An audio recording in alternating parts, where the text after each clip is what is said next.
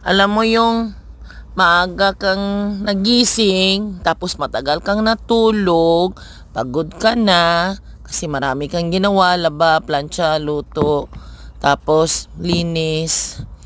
Ay naku, buhay na nga naman ng may asawa ang mga house chores. Kaya ayan, naabutan ako ng gutom. Pagkatapos, tulog yung mata. Gusto kong bumalik pagtulog. Hinanap ko yung tinapay, wala na pala. Napasarap ako dun sa palaman Ang isa na lang pala yung tasty bread. Kaya ayan, kape-kape na lang muna. At alam mo yung masakit ang ulo kasi antok na antok pa ako.